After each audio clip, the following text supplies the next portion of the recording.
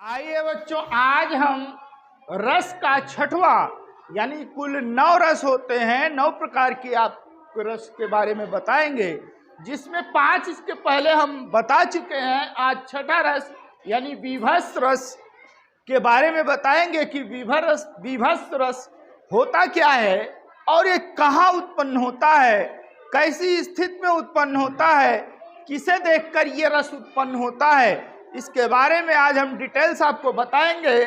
और अगर आप इस विभत्स रस को अच्छे से समझ गए तो आपको याद करने की भी जरूरत नहीं है, अर्थात आप एक एग्जाम्पल याद रखिए, एक उदाहरण याद रखिए, वही आपके लिए परिभाषा भी बनेगी और वही आपको एग्जाम में भी काम देगा।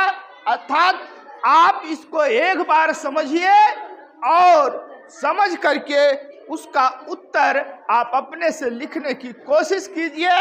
और ये एग्जाम में बराबर पूछता है, चाहे वो 9 क्लास हो, 10 क्लास हो या 11 या 12 क्लास के जो बच्चे हैं, जो खास करके बोर्ड की परीक्षा की तैयारी करते हैं या कर रहे हैं, जो पढ़ रहे हैं, वो हिंदी में इस रस के बारे में निश्चित ही तैयार कर लेना चाहिए कि यह रस एग्जाम में पूछा जाएगा। और जब इसको आप अच्छे से समझ लेंगे तो आप उसका एग्जाम्पल भी याद कर लेंगे। तो जब एग्जाम्पल याद कर लेंगे तो आपको कहीं भी कोई भी प्रॉब्लम नहीं आएगी। तो आइए हम उस की परिभाषा और उसकी व्याख्या जानते हैं, समझते हैं कि क्या होता है। तो आइए उसकी परिभाषा से हम शुरू करें कि विभत्स रस क्या है। तो यहाँ है कि जहाँ किसी वस्तु या दृश्य देखकर घृणा का भाव उत्पन्न हो, वहाँ विभत्स रस होता है। अर्थात ऐसी वस्तु हम देखें जहाँ पर हमारे मन में घृणा का भाव उत्पन्न हो, या उससे एलर्जी का भाव उत्पन्न हो, या देखकर हमारा मन बिचलाए, या देख कर के हमें उल्टी हो जाए। अर्थात ये कह लीजिए कोई ऐसी स्थिति दिखाई दे जैसे किसी का घाव हो और घाव में कीड़े पड़े हों, वो बिलबिला रहे हों, ऐसी दृश्य जब आप देखते हो तो वहाँ विभत्स रस का प्रादुर्भाव होता है। इसी तरीके से कोई कोढ़ी आदमी है, उसके कोढ़ को देख कर के भी आपके मन में एक घृणा का भाव उत्पन्न होता है, वहाँ भी वो आपका विभत्स रस होता है। तो आइए उसके उदाहरण को समझें कि उदाहरण क्या दिया है। उदाहरण आपका बहुत आसान है, बहुत सिंपल है। अगर आपने इसको याद कर लिया तो हमेशा याद हो जाएगा। जैसे सिर पर बैठो काग, काग माने कौवा, यानी सिर पर कौवा बैठा हुआ है। देख दो खात निकारत, यानी दोनों आंख को निकाल करके वो खा रहा है। हाँ बच्चों, एक ऐसा दृश्य है जैसे कोई सड़ी हुई लाश हो और वहाँ उस लाश पर एक कौवा बैठा हो और वो कौवा उस लाश की दोनों आंखों को निकाल कर खा रहा हो। अर्थात ये पढ़ करके ही हमारे अंदर एक घृणा का भाव उत्पन्न हो जाता है। इसी तरीके से दूसरी लाइन में है, खींचत जीभै स्यार अति आनंद उर्धारत।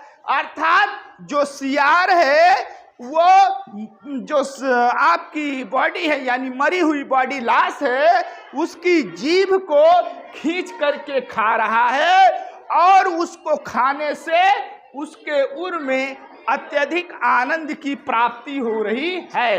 अर्थात वो अत्यधिक उसको खा करके आनंद प्राप्त कर रहा है। इस प्रकार ये जो दृश्य दिया गया है बिल्कुल ऐसा दृश्य है जहाँ आकुलता दिखाई देती है, जहाँ ऐसे दृश्य को देखकर आदमी अपनी नाक को बंद कर लेता है, ऐसे दृश्य को देखकर उल्टी होने लगती है, या इस तरीके से अगर हमें कहीं दिखाई देता है तो हम वहाँ से रास्ता भी काट देते हैं। अर्थात ये कह लीजिए यहाँ जो रस की उत्पत्ति हो रही है वो विभत्स रस की उत्पत्ति हो रही है।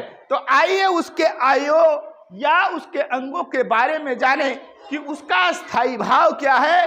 अर्थात विभत्स रस का स्थायी भाव जुगुप्सा होता है। जुगुप्सा का अर्थ है घृणा।